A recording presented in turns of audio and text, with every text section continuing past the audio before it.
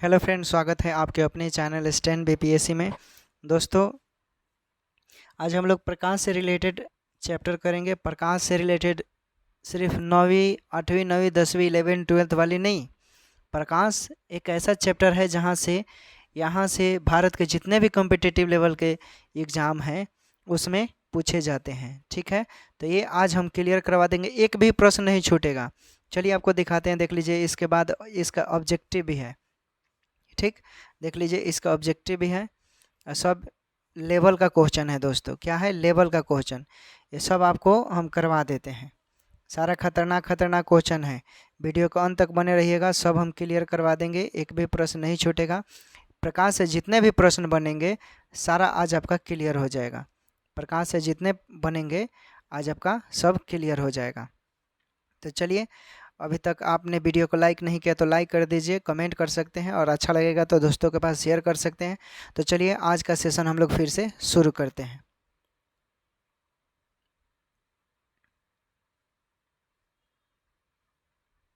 देखिए, प्रकाश के बारे में हम लोग जानेंगे। प्रकाश क्या है? प्रकाश विद्युत या ऊष्मा का क्या है? एक ऊर्जा का रूप है, या सिंपल फॉर्म में बोलेंगे, प्रकाश एक ऊर्जा का रूप है जिसके वजह से हम किसी वस्तु को देखते हैं।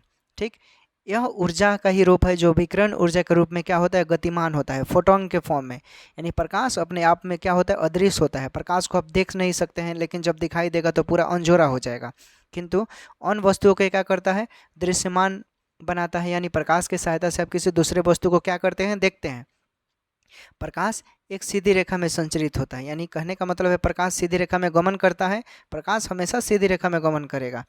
देखिए, प्रकाश अगर यूं देखें हम, प्रकाश सीधी रेखा में गमन पूरा यूं नहीं चलता है, प्रकाश यूं फॉर्म में चलता है, यूं।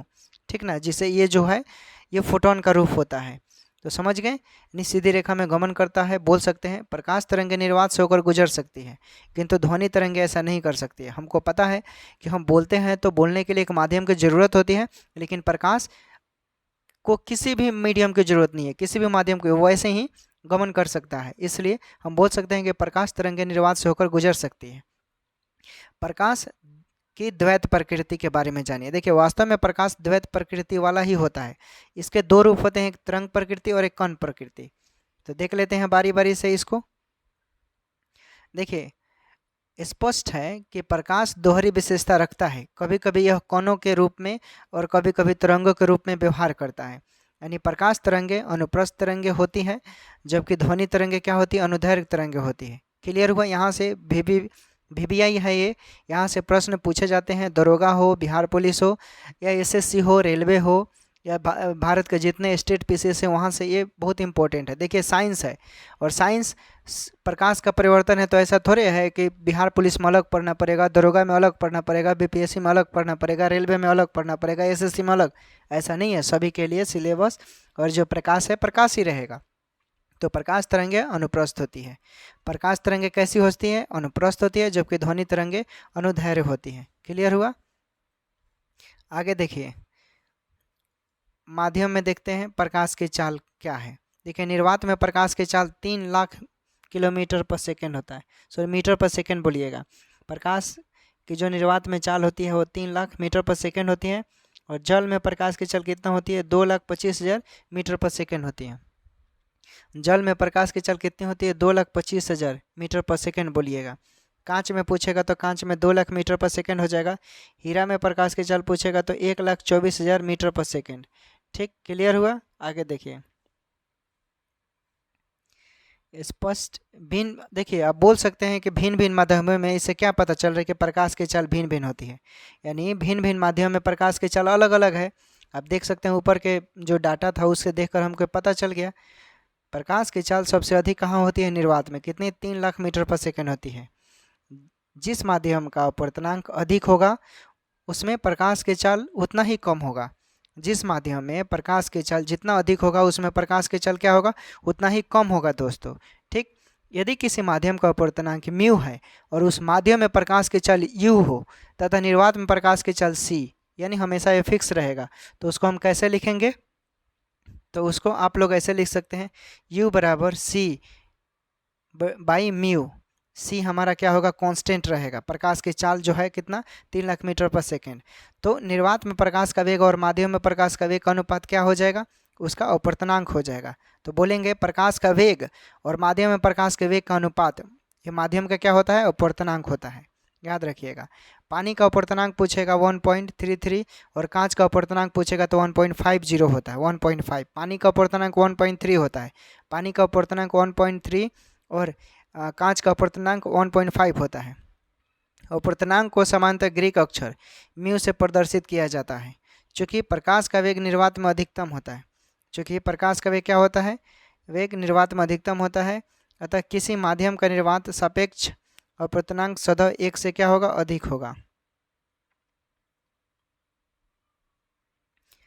देखिए प्रकाश का अपवर्तन किसे कहते हैं, इंग्लिश में बोलते हैं इसे रिफ्रैक्शन ऑफ लाइट। क्या बोलते हैं इसे, रिफ्रैक्शन ऑफ लाइट। यानी एक समान माध्यम में प्रकाश किरण सीधी रेखा में चलती है, एक समान माध्यम में प्रकाश किरण सीधी रेखा में चलती है, परंतु जब प्रकाश की किरण एक पारदर्शी माध्यम से दूसरे पारदर्शी माध्यम में प्रवेश करती है तो वह अपने मूल पथ से विचलित हो जाती है।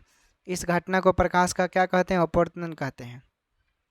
यानी जब प्रकाश की किरण एक माध्यम से दूसरे माध्यम में जाती है तो क्या होता है, अपने पथ से वो विचलित हो जाती है। इसी घटना को प्रकाश का अपवर्तन कहते हैं।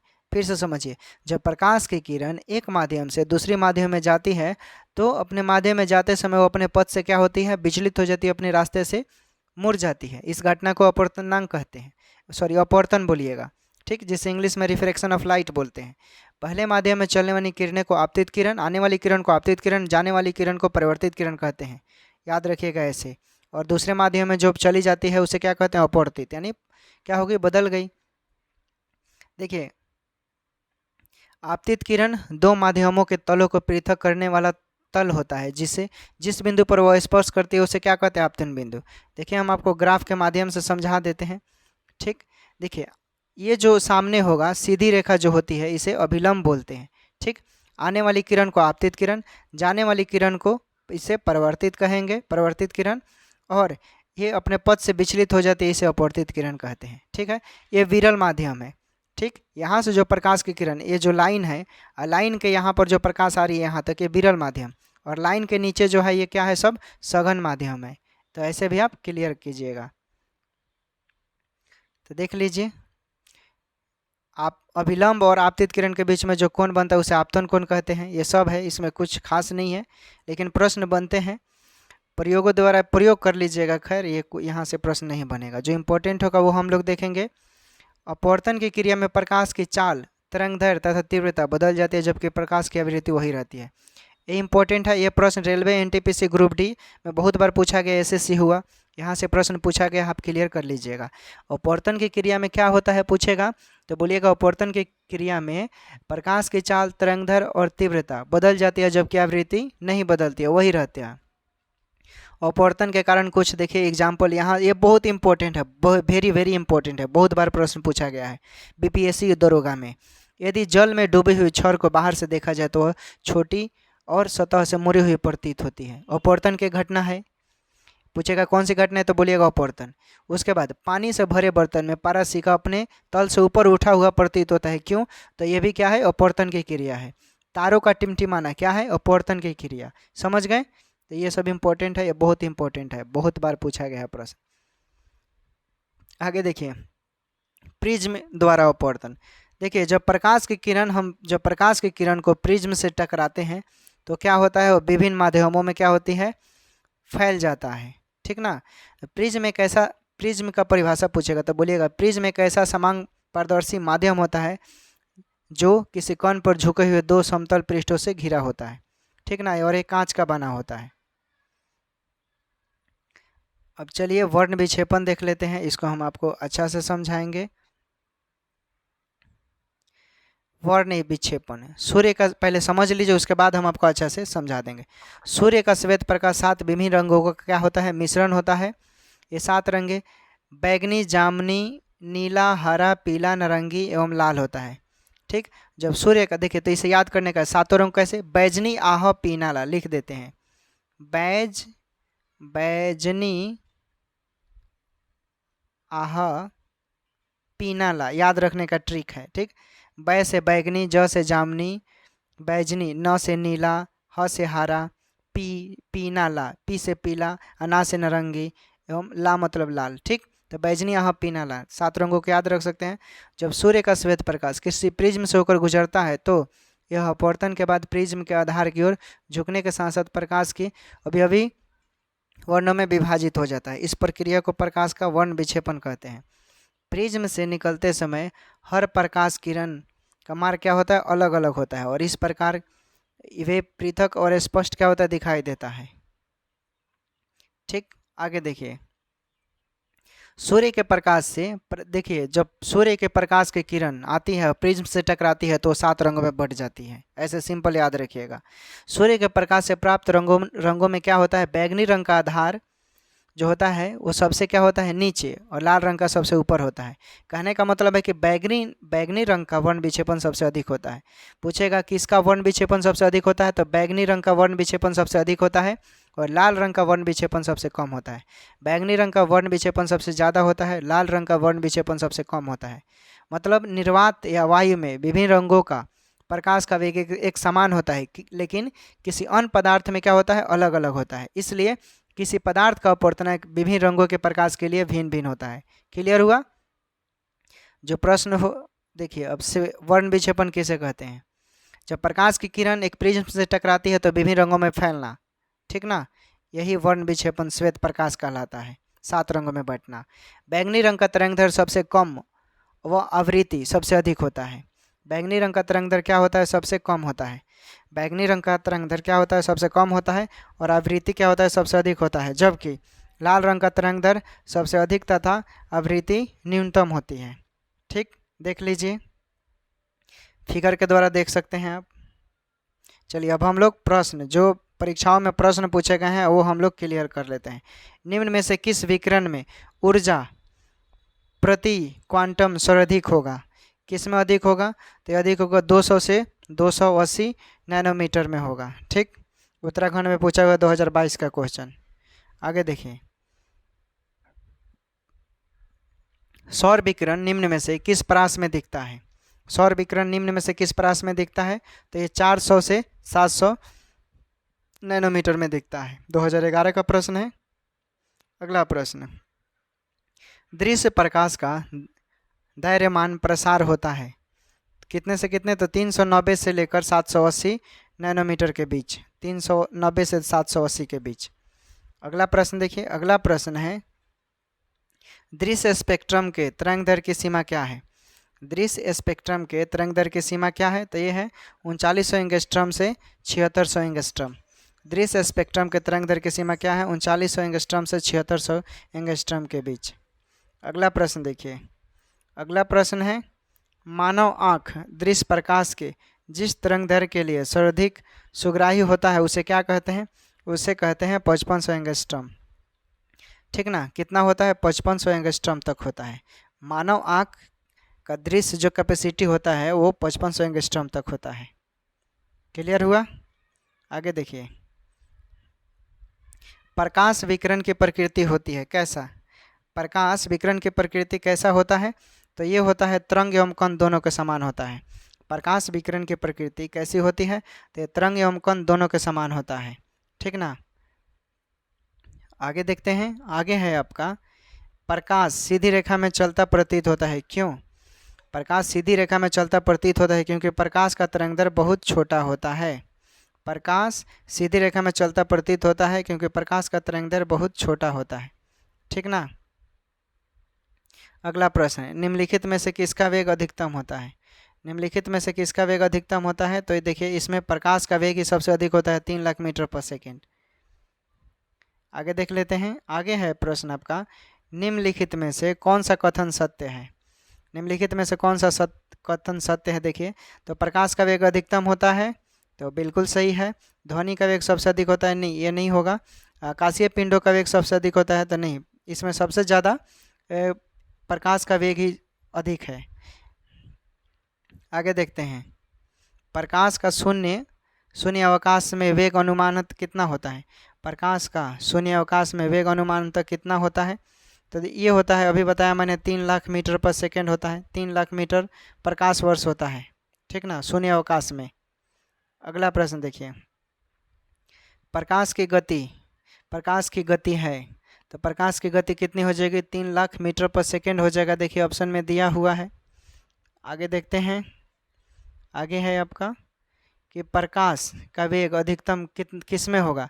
तो निर्वात में अधिकतम होता है 3 लाख मीटर पर सेकेंड होता है, याद रखिएगा, ठीक। एक भी प्रश्न नहीं छूटेगा प्रकाश चैप्टर से। प्रकाश की गति किसके बीच से जाते हुए न्यूनतम होती है? प्रकाश की गति किसके बीच से जाते हुए न्यूनतम होती है? तो ये कांच से जाते हुए न्यूनतम होती है, ठीक ना, किससे? कांच से जाते हुए न्यूनतम होती है। अगला प्रश्न देखिए, हवा में प्रकाश की चाल निर्भर करती है, तो हवा में प्रकाश की चाल निर्भर करती है, किस पर निर्भर करेगा? तो देखिए जो प्रकाश होता है ना, आपको मैंने बताया था कि प्रकाश एक ऊर्जा का रूप है, ठीक ना, विद्युत चुंबकीय के रूप में रहता है, और प्रकाश को चलने के लिए किसी भी माध्यम की ज़रूरत नहीं होती है, ठीक ना, प्रकाश को कोई माध्यम की ज़रूरत ही नहीं होती है। इसलिए अभी के मुताबिक जो बीपीएससी में ई ऑप्शन भी है, तो इसलिए इसमें से कोई नहीं होगा, क्योंकि प्रकाश को किसी भी माध्यम की ज़रूरत नहीं होती, वो निर्वात में गमन करती है। दोस्तों डिस्क्रिप्शन है, कुछ पढ़ लीजिए। माध्यम के भौतिक घनत्व से भिन्न होता है। किसी माध्यम का प्रकाशीय घनत्व जितना अधिक होगा उसमें प्रकाश का वेग उतना ही कम होगा, यानी घनत्व जितना होगा ज़्यादा उतना वेग उसका कम होगा। किसी माध्यम का अपवर्तनांक उसके प्रकाशीय घनत्व का संकेतिक होता है। वायु का प्रकाशीय घनत्व उसके ताप, दाब एवं आर्द्रता पर निर्भर करता है। तो वायु में प्रकाश का वेग उसके प्रकाशीय घनत्व तापमान पर निर्भर करता है। अगला प्रश्न देखते हैं, सूर्य से पृथ्वी तक प्रकाश के पहुंचने में लगभग समय लगता है कितना? तो 8 मिनट 19 सेकेंड लगभग लगता है। अभी बीपीएससी ऑप्शन दिया है तो उसमें आप ये लगाएंगे 8 मिनट 19, 16, 17, 18 कुछ भी दे सकता है, ठीक। सूर्य का प्रकाश पृथ्वी तक पहुंचता है तो 8 मिनट 20 सेकेंड, तो इसमें ये ऑप्शन है इसलिए हो जाएगा 8 मिनट नहीं, अब 8 मिनट 1.8 सेकेंड या 19 सेकेंड ऐसे बोल सकते हैं आप।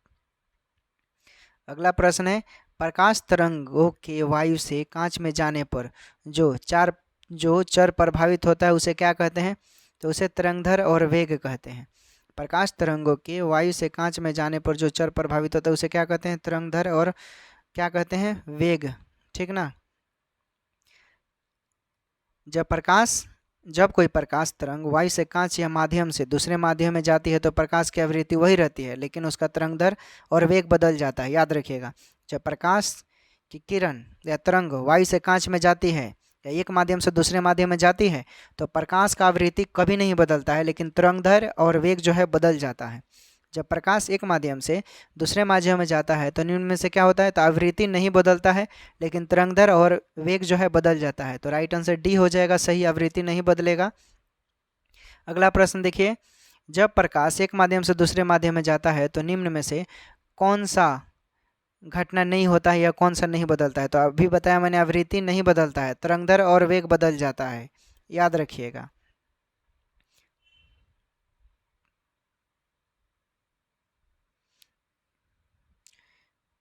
कहाँ छोटा करने दो, थोड़ा छोटा नहीं हो रहा है इसे। चलिए आगे देखिए, जब प्रकाश की किरण सघन माध्यम से विरल माध्यम में गमन करती है तो क्या होगा? तो देखिए, जब प्रकाश की किरण सघन माध्यम से विरल माध्यम में जाएगी ना तो इसकी चाल बढ़ जाती है और अभिलंब से दूर हटती है। अभी मैंने थोड़ी देर आप देखिएगा बताया था, जो डिस्क्रिप्शन था डिटेल था चैप्टर का, उसमें बताया था क्या सघन माध्यम में क्या एक क्लोज आ रही थी, ठीक, और अभिलंब से दूर हटती है। तो राइट आंसर ये हो जाएगा। अगला प्रश्न देखिए, निम्नांकित में से ऊर्जा रूपांतरण में से किसके द्वारा प्रकाश संश्लेषण की क्रिया संपादित होती है? तो प्रकाश से रासायनिक ऊर्जा में, ठीक ना, ये प्रकाश से रासायनिक ऊर्जा में संपादित हो रही है। क्यों? तो देख लीजिए, डिटेल भी है, ये इम्पोर्टेंट है। चूँकि प्रकाश संश्लेषण एकमात्र ऐसी प्रक्रिया है जिसमें अत्यधिक मात्रा में सूर्य के प्रकाश की ऊर्जा को रासायनिक ऊर्जा में बदला जाता है। सूर्य के प्रकाश ऊर्जा को रासायनिक ऊर्जा से बदला जाता है, ठीक। और प्रकाश संश्लेषण की क्रिया का रासायनिक समीकरण क्या होता है? देख लीजिए, 6CO2 जिसे कार्बन डाइऑक्साइड प्लस 12H2O बोलते हैं और प्रकाश ऊर्जा पुनर्हरित, ठीक। तो इसे देखिए C6H12O6, ठीक, क्लियर हुआ। आगे देखिए, आगे है प्रकाश सजावट तथा विज्ञापन के लिए विसर्जन नलिकाओं में प्रयुक्त होने वाली गैस है, तो क्या हो जाएगा, इसमें नियोन है। प्रकाश सजावट तथा विज्ञापन के लिए विसर्जन नलिकाओं में प्रयुक्त होने वाला गैस क्या है, नियोन है।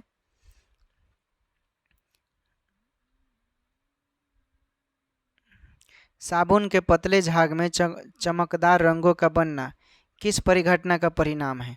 साबुन के पतले झाग में चमकदार रंगों का बनना किस परिघटना का परिणाम है, तो ये बहुलित परिवर्तन और व्यतिकरण कहलाता है। बहुलित परिवर्तन और क्या कहलाता है, व्यतिकरण। अगला प्रश्न देखिए, अगला है पूर्ण आंतरिक परिवर्तन होता है जब प्रकाश जाता है किसमें, तो हीरे से कांच में जाता है ना, तो पूर्ण आंतरिक परिवर्तन कहलाता है। ठीक, आगे देखिए, ये सब बहुत ही इंपॉर्टेंट है। प्रकाश तंतु जिस सिद्धांत पर काम करता है उसे क्या कहते हैं, तो उसे हम पूर्ण आंतरिक परिवर्तन बोलते हैं। प्रकाश तंतु जिस सिद्धांत पर, ऑप्टिकल फाइबर जिसे बोलते हैं, याद रखिएगा। अगला प्रश्न देखिए, प्रकाश ऊर्जा का ऑप्टिकल फाइबर में संचरण निम्नांकित घटना के अनुप्रयोग द्वारा किया जाता है। तो कौन सी घटना के, तो पूर्ण आंतरिक परिवर्तन के कारण, अभी बताया मैंने। कौन सी घटना के द्वारा, प्रकाश ऊर्जा का ऑप्टिकल फाइबर पूर्ण आंतरिक परिवर्तन द्वारा होता है। निम्नलिखित में से किस परिघटना का उपयोग ऑप्टिकल फाइबर में किया जाता है। निम्नलिखित में से किस परिघटना का उपयोग ऑप्टिकल फाइबर में किया जाता है, तो इसे बोलते हैं पूर्ण आंतरिक परिवर्तन द्वारा। ठीक, पूर्ण आंतरिक परिवर्तन द्वारा। आगे है तंतु प्रकाशिकी संचार में संकेत किस रूप में प्रवाहित होता है। किस रूप में प्रवाहित होता है, तो ये प्रकाश तरंग में होता है। क्या होता है, प्रकाश तरंग में। अगला प्रश्न है, तंतु प्रकाशिकी संचार एक प्रणाली है जिसमें सूचनाओं की जानकारी एक स्थान से दूसरे स्थान तक ऑप्टिकल फाइबर के माध्यम से प्रकाश बिंदुओं के रूप में क्या होती है, भेजी जाती है। किसके माध्यम से, ऑप्टिकल फाइबर के रूप में। आगे देखिए, मरीजों के पेट के अंदर परीक्षण करने हेतु डॉक्टरों द्वारा प्रयुक्त एंडोस्कोप किस सिद्धांत पर कार्य करता है। एंडोस्कोप किस सिद्धांत पर कार्य करता है, तो ये करता है दोस्तों, कहाँ गया, ये करता है प्रकाश का आंतरिक या पूर्ण आंतरिक परिवर्तन बोल सकते हैं। प्रकाश का सकल आंतरिक परिवर्तन, जिसको पूर्ण आंतरिक परिवर्तन ही बोलते हैं। ठीक ना, चलिए आगे देखते हैं। आगे है मृग मरीचिका का कारण क्या है, तो प्रकाश का पूर्ण आंतरिक परिवर्तन है। मृग मरीचिका का उदाहरण पूर्ण आंतरिक प्रकाश का परिवर्तन हो जाएगा। फिर आगे वही रिपीटेड क्वेश्चन, वी मतलब वेरी वेरी इंपॉर्टेंट है। मरीचिका का बनना यानी कुल आंतरिक या पूर्ण आंतरिक, घुमा दिया इसी को लिखकर। आगे देख लीजिए, उसके बाद है मृग तृष्णा उदाहरण है किसका, मृग तृष्णा, तो वही बोलेंगे आप, पूर्ण आंतरिक प्रकाश का परिवर्तन। आगे है काटा हुआ हीरा क्यों जगमगाता है, तो पूर्ण आंतरिक प्रकाश के परिवर्तन के कारण। ठीक ना, पूर्ण आंतरिक प्रकाश का परिवर्तन के कारण होता है। ये कटा हुआ, अभी फिर रिपीटेड है, कटा हुआ हीरा जगमगाता है किसके कारण, तो पूर्ण आंतरिक प्रकाश के परिवर्तन के कारण। पूर्ण आंतरिक प्रकाश के परिवर्तन के कारण। चलिए आगे देखिए, त्रिविमीय चित्र लेने के लिए इनमें से किसका प्रयोग किया जाता है, तो होलोग्राफी का प्रयोग किया जाता है। त्रिविमीय चित्र जब भी लिया जाएगा होलोग्राफी के द्वारा। अगला प्रश्न देखिए, एक इलेक्ट्रॉनिक पुंज को फास्फोरस कोटेड पर्दे पर फोकस प्रतिबिंबों को पर्दे पर जनित करना क्या कहलाता है, तो रोस्टर स्कैन कहलाता है। रोस्टर स्कैन जानते हैं आप लोग, देख लीजिए। रोस्टर स्कैन का प्रयोग CRT जिसे कैथोड रे ट्यूब बोलते हैं, मॉनिटर में प्रयोग किया जाता है और इसमें इलेक्ट्रॉन गन के द्वारा इलेक्ट्रॉनिक पुंज को प्रक्षेपित किया जाता है। आगे देखिए, रमन प्रभाव का प्रकाश की उन विकिरणों से क्या संबंध है जो आर पर जाती है। जो आर पर जाती है उसे क्या बोलते हैं, यानी तो उसके लिए हम लोग प्रयोग करते हैं सभी पारदर्शी माध्यमों के लिए, सभी पारदर्शी माध्यम। ठीक, देख लीजिए रमन प्रभाव क्या होता है। रमन प्रभाव के अनुसार एकल तरंगधर प्रकाश की किरणें जब किसी भी पारदर्शक माध्यम जैसे ठोस, द्रव या गैस में गुजरती है तब इसकी प्रकृति किरणों का अध्ययन किया जाए तो उसमें मूल प्रकाश की किरणों के अतिरिक्त स्थिर अंतर पर बहुत कम तीव्रता की किरणें भी क्या होती है, उपस्थित होती हैं। इन किरणों को रमन किरणें कहते हैं। अगला प्रश्न है, क्या है, ध्वनि के पुनरुत्पाद के लिए एक CD डिस्क ऑडियो प्लेयर में प्रयुक्त होता है। क्या होता है, ऑडियो प्लेयर में प्रयुक्त होता है जिसे लेज़र बीम बोलते हैं। क्या बोलते हैं, लेज़र बीम। क्लियर हुआ। देखिए अब जान लीजिए, देखिए CD प्लेयर में प्रयुक्त लेंस परावैगनी लेज़र प्रकाश को उत्सर्जित करता है जो CD की चमकदार सतह से परिवर्तित होकर क्या करता है, ध्वनि उत्पन्न करता है। ठीक, आगे देखिए, आगे है दूरदर्शन प्रसारण में श्रव्य संकेतों का प्रेषण करने के लिए प्रयुक्त तकनीकें क्या है? प्रयुक्त तकनीकें क्या है? तो ये हो जाएगा आवृत्ति माडुलन। क्या हो जाएगा? आवृत्ति माडुलन हो जाएगा। डिटेल है, श्रव्य संकेतों के प्रेषण हेतु आवृत्ति माडुलन तकनीकी का प्रयोग किया जाता है। इस तकनीक से प्रसारित संकेत किसी भी प्रकार के शोर तथा विकृति से मुक्त होते हैं। दृष्टि पटल पर जो चित्र बनता है उसे क्या कहते हैं? तो उसे, वह वस्तु से छोटा होता है लेकिन क्या होता है? उल्टा होता है।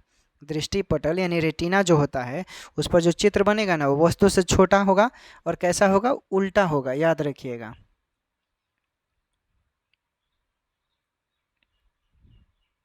किसी तारे का रंग दर्शाता है, क्या दर्शाता है? तो देखिए, तारे का रंग ज़्यादा क्यों दर्शाएगा? ताप जितना होगा उसमें उतना ही उसका रंग ज़्यादा दर्शाएगा, तो ताप के वजह से दर्शाता है। आगे है, वायुमंडल में प्रकाश के विसरण का कारण क्या है?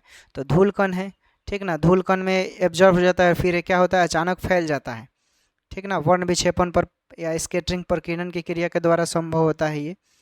वातावरण में प्रकाश का विसरण निम्नलिखित में से किसकी वजह से होता है? तो ये धूल कण की वजह से होता है, अभी बताया मैंने, धूल कण। उसके बाद है, वायुमंडल में प्रकाश का कारण है धूल कण। रिपीटेड है क्वेश्चन 2021 में भी, यूपी पीसीएस में पूछा गया है। अगला प्रश्न है, प्रकाश का रंग निर्धारित होता है किसके द्वारा? तो ये तरंगदैर्घ्य से निर्धारित किया जाता है। प्रकाश का रंग तरंगदैर्घ्य से निर्धारण किया जाता है। भिन्न भिन्न बदलता रहता है तरंगदैर्घ्य के कारण, लेकिन आवृत्ति नहीं बदलता है। निम्न में से किस रंग का सबसे लंबा तरंगदैर्घ्य होता है? तरंगदैर्घ्य पूछ रहा है, ठीक, तो याद रखिएगा लाल का। ठीक, तरंगदैर्घ्य किसका होता है? लाल का। और कम पूछता तो बैगनी का बोलते, ठीक। तो देखिए, लाल रंग का तरंगदैर्घ्य सबसे अधिक होता है, जो 7.5 इंटू 10⁻⁵ सेंटीमीटर होता है। बैगनी रंग का तरंगदैर्घ्य क्या होता है? 4 इंटू 10⁻⁵ सेंटीमीटर। याद रखिएगा, इंपॉर्टेंट है। सबसे कम वेवलेंथ तरंगदैर्घ्य वाला प्रकाश सबसे कम तो बैगनी का हो जाएगा, अभी बताया मैंने। दृश्य वर्ण क्रम में सबसे कम तरंगदैर्घ्य वाला तभी बताया मैंने, बैगनी होगा, लाल का ज़्यादा होता है। आगे है, निम्नलिखित में से किस में उच्चतम ऊर्जा होती है? किस में उच्चतम ऊर्जा होती है? तो नीली प्रकाश में उच्चतम ऊर्जा होती है। क्यों होता है? तो थोड़ा डिटेल है, देख लेते हैं। किसी तरंग की ऊर्जा उसके तरंगदैर्घ्य के क्या होता है? व्युत्क्रमानुपाती होता है। और दृश्य प्रकाश किरणों में बैगनी, तदुपरांत जामुनी एवं नीले रंग का तरंगदैर्घ्य न्यूनतम तथा लाल रंग का तरंगदैर्घ्य क्या होता है? अधिकतम होता है। इसलिए प्रश्नगत चारों रंगों के प्रकाशों में नीले रंग की ऊर्जा उच्चतम तथा लाल रंग की न्यूनतम होती है, ठीक ना।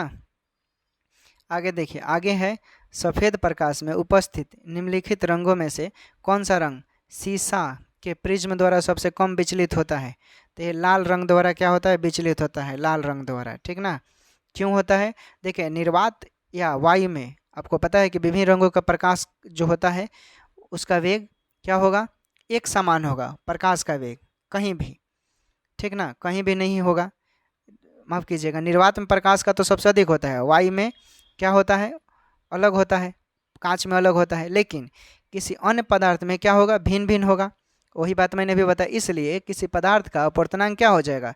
विभिन्न रंगों के प्रकाश के लिए भिन्न भिन्न होगा। जैसे कांच हो गया, शीशा, बैंगनी रंग के लिए प्रकाश का वेग सबसे कम होगा और लाल रंग के लिए प्रकाश वेग ज़्यादा लगेगा, तो वही बता रहा है।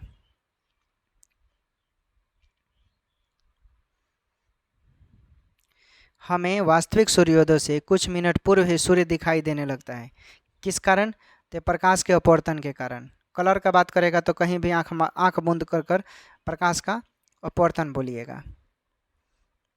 क्षितिज के समीप सूर्य एवं चंद्रमा के दीर्घ वृत्ताकार दिखाई देने का कारण क्या है? तो ये अपवर्तन का कारण है दोस्तों। क्या है? अपवर्तन के कारण। अगला प्रश्न है, सूर्य के प्रकाश के अदृश्य भाग से प्रकाश संश्लेषण किया जाता है।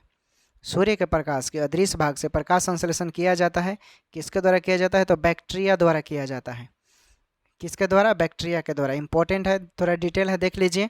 गहरे समुद्र में सतह से 400 से 800 फीट तक गहराई में पाए जाने वाले जीवाणु जैसे ग्रीन सल्फर बैक्टीरिया या अवरक्त विकिरण के प्रयोग द्वारा प्रकाश संश्लेषण क्या होता है? ऊर्जा उत्पन्न करता है। क्लियर हुआ? ट्रैफिक सिग्नल में लाल प्रकाश प्रयुक्त होता है, क्यों होता है? अभी मैंने बताया कि इसका क्या होता है, तरंगदैर्घ्य सबसे अधिक होता है, ठीक ना। तो ये राइट आंसर हो जाएगा।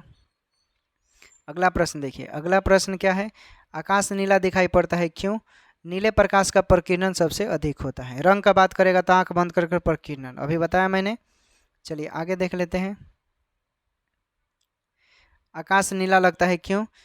क्यों? तो प्रकीर्णन के कारण। तो लघु तरंग दीर्घ की अपेक्षा वायुमंडल द्वारा अधिक प्रकीर्णन होता है। तो राइट आंसर बी हो जाएगा। जहाँ प्रकीर्णन रहेगा, कलर का बात करेगा, वहीं आंख बंद करके मार दीजिएगा। आकाश का नीला रंग किसके कारण से होता है? तो प्रकाश के प्रकीर्णन के कारण होता है, ठीक। अगला प्रश्न देखिए, आकाश नीला दिखाई देता है, आकाश नीला दिखाई देता है तो प्रकीर्णन के द्वारा दिखाई देता है।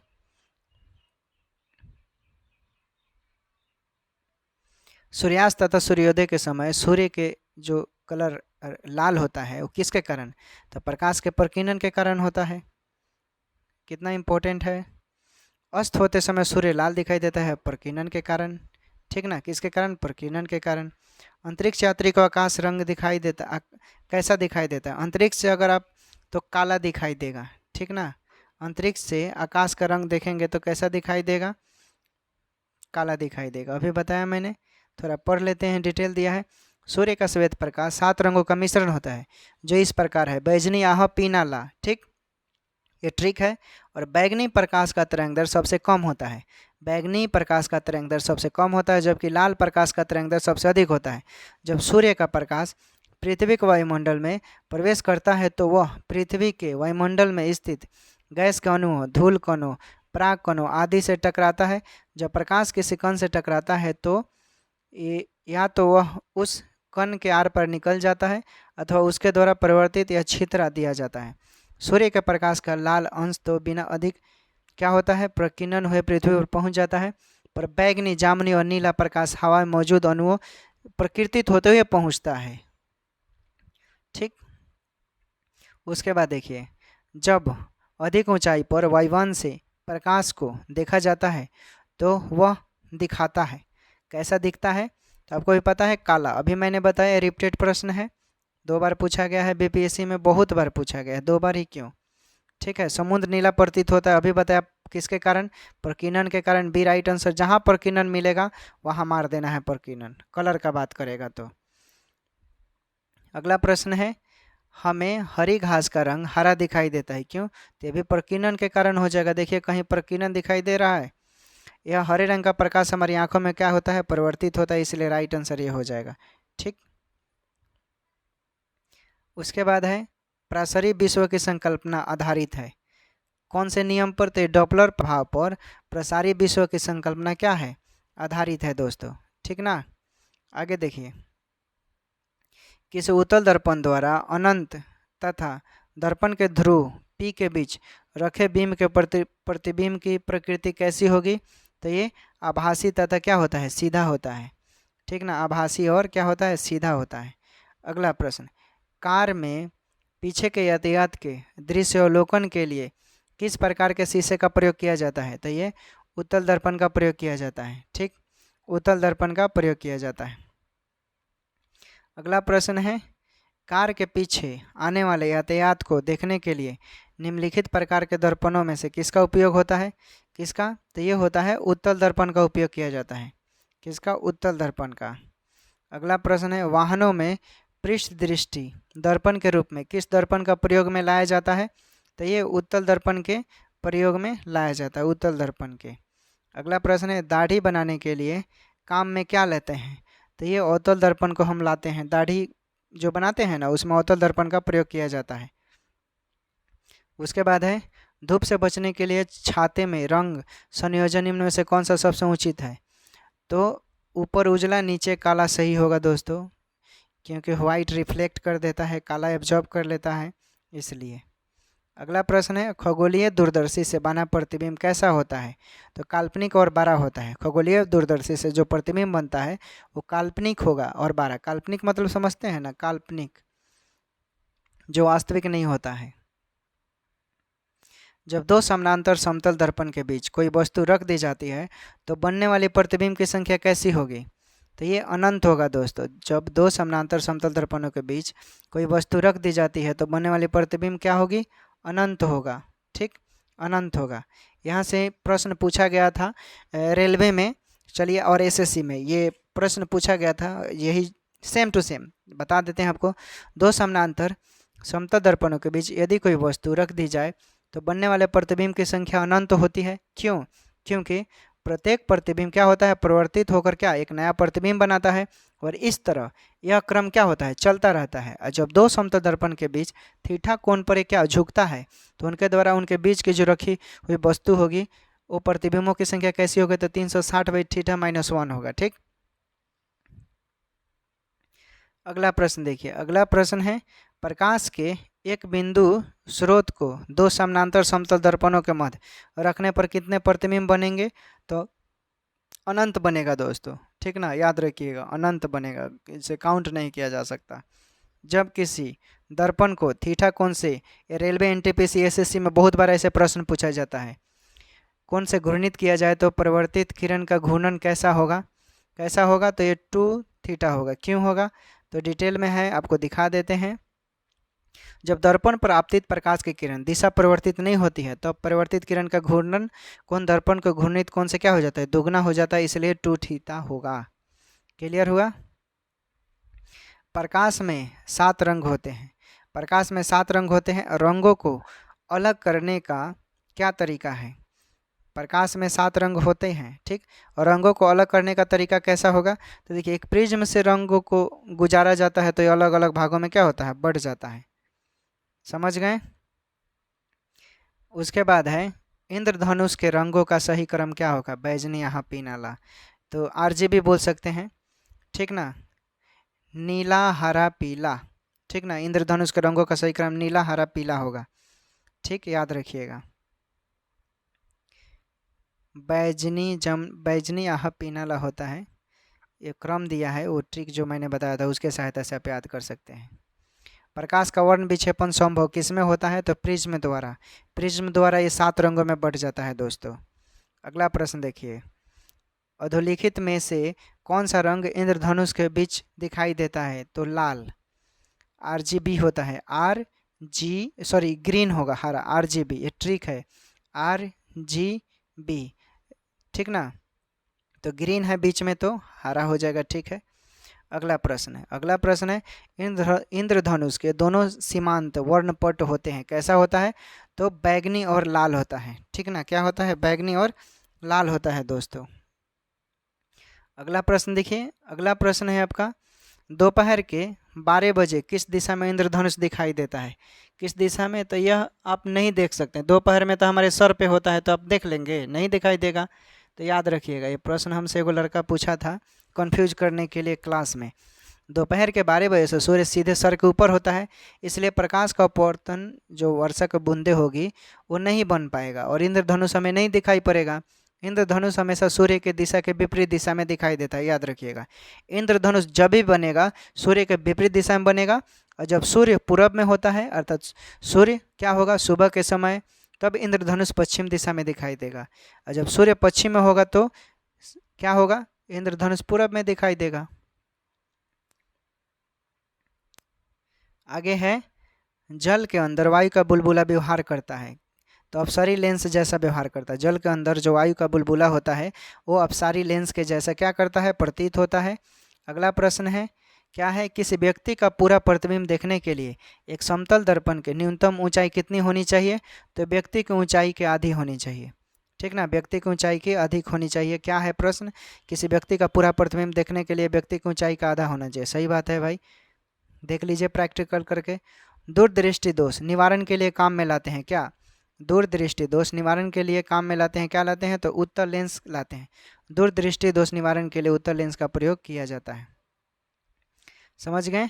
आगे देखिए, निकट दृष्टि दोष दूर करने के लिए निम्नलिखित में से कौन सा लेंस का उपयोग लाया जाता है? निकट दृष्टि दोष में दूर करने के लिए कौन से लेंस का प्रयोग किया जाता है? तो ये कॉनकेव लेंस, जिसे नौतदार बोलते हैं, निकट दृष्टि दोष में कॉनकेव लेंस का प्रयोग किया जाता है, याद रखिएगा। अवतल लेंस जिसे बोलते हैं, ठीक ना। अवतल लेंस कॉनकेव को बोलते हैं। निकट दृष्टि दोष ठीक किया जाता है तो अवतल लेंस का प्रयोग कर ठीक है, अवतल लेंस का प्रयोग करेंगे तो निकट दृष्टि दोष का से काम हो चल जाएगा आपका। निकट दृष्टि दोष ये मायोपिया को ठीक किया जाएगा अवतल दर्पण से, अभी बोला मैं, सॉरी अवतल लेंस से, ठीक ना, यहाँ पर दर्पण दिया है, अवतल लेंस होगा, राइट आंसर अवतल लेंस होगा। निकट दृष्टि दोष रोगी को कौन से लेंस के द्वारा मुक्ति मिलेगी, तो अवतल लेंस के द्वारा मुक्ति मिल जाएगी, मतलब ठीक हो जाएगा वो, ठीक है। आगे देखिए, पढ़ने में काम आने वाले ग्लासेस किस प्रकार के लेंस का प्रयोग किया जाता है, तो उत्तल लेंस का प्रयोग किया जाता है पढ़ने के लिए, उत्तल लेंस, ठीक ना, पढ़ने के लिए उत्तल लेंस का प्रयोग किया जाता है। आँख में संकेंद्रण होता है, आँख में संकेंद्रण होता है किसके द्वारा, तो लेंस की उत्तलता में परिवर्तन के द्वारा, आँख में संकेंद्रण होता है लेंस की उत्तलता में परिवर्तन के कारण, ठीक। अगला प्रश्न देखिए, खोज बत्ती में दर्पण जो प्रयुक्त होती है क्या कहते हैं, खोज बत्ती में दर्पण जो प्रयुक्त होती है उसे नौतो दर्पण कहते हैं या कनकेव या अवतल दर्पण बोलिएगा, ठीक। नौतो दर्पण को या अवतल दर्पण बोलते हैं। स्पष्ट दृष्टि की न्यूनतम दूरी कितनी होती है, तो ये 25 सेंटीमीटर होता है, याद रखिएगा, ये प्रश्न बहुत बार पूछा गया है। लेंस की क्षमता मापी जाती है किससे, लेंस की क्षमता डायोप्टर से मापी जाती है, किससे मापी जाती है, डायोप्टर से। बीपीएससी 66वीं का जो पेपर कैंसिल हुआ था उसमें सेम टू सेम क्वेश्चन पूछा गया था। समान फोकस दूरी वाले कांच के दो लेंस जिनमें एक उत्तल तथा दूसरा अवतल लेंस है एक दूसरे से सटाकर रखे गए हैं, इस युग्म का व्यवहार होगा कैसा, तो कांच की समतल चादर की भांति, कांच की समतल चादर की भांति ये व्यवहार होगा, ठीक। अगला प्रश्न, आँख के रेटिना की परंपरागत कैमरा के निम्नलिखित में से किस भाग में तुलना की जा सकती है, तो ये फिल्म के लिए तुलना किया जाता है। अगला प्रश्न देखिए, मनुष्य की आँख किसी वस्तु का प्रतिबिंब बनता है, कैसा प्रतिबिंब बनता है मनुष्य की आँख में, तो रेटिना पर प्रतिबिंब बनता है। मनुष्य की फोटोग्राफी कैमरे की भांति कार्य करती है आँख जो होता है, ठीक ना, रेटिना पर ही प्रतिबिंब बनता है। किसी वस्तु का प्रतिबिंब मनुष्य की आँख में कहाँ बनता है, तो अभी बताया रेटिना पर बनता है। मनुष्य की आँख में किसी वस्तु का प्रतिबिंब कहाँ बनता है, रेटिना पर बनता है। देखिए Chhattisgarh Madhya Pradesh same to same question पूछा हुआ है। किसी अपारदर्शी वस्तु का रंग उस रंग के कारण होता है जिसे वह क्या होता है, परिवर्तित करता है। दोस्तों किसी अपारदर्शी वस्तु का रंग किसके कारण होता है, तो परिवर्तित करेगा तभी अपवर्तित होगा। दोस्तों वे कौन से मूल वर्ण हैं जिनसे टीवी के पर्दे पर विभिन्न रंग प्रकट होते हैं, तो आरजीबी बोलते हैं, क्या बोलते हैं उसको, आरजीबी, शॉर्ट फॉर्म में याद रखिएगा, रेड ग्रीन ब्लू, ठीक ना। अगला प्रश्न देखिए, जब लाल नीले तथा हरे प्रकाश का पुंज के स्थान पर पड़ता है तो प्रकाश का रंग कैसा हो जाता है, तो ये सफ़ेद हो जाता है, ठीक ना। आर बी और जी ये पड़ेगा तो सफ़ेद हो जाएगा, याद रखिएगा। तो दोस्तों आज का हमारा प्रकाश चैप्टर समाप्त होता है। आगे हम अगला चैप्टर आएंगे लेकर और वहाँ से चैप्टर भी करेंगे और जो उससे बनने वाले एमसीक्यू प्रश्न हैं वो सारे करवा देंगे हम, गर्दा उड़ेगा, पर एक भी प्रश्न नहीं छूटेगा। बना कर देखिए, पढ़ लीजिए और बना कर देखिएगा, और प्रश्न छूट गया तो फिर हमको बोलिएगा, ठीक दोस्तों। तो टेक केयर, बाय बाय, अपना ख्याल रखिए, पढ़ाई कीजिए, और चैनल पर नए हैं तो सब्सक्राइब कर लीजिएगा, इस तरह का वीडियो आप तक आसानी तक पहुँचेगा। लाइक कीजिएगा, कमेंट कीजिएगा, टेलीग्राम पर भी जुड़ सकते हैं इसको PDF लेने के लिए, ठीक है दोस्तों। Take care, bye bye, once again.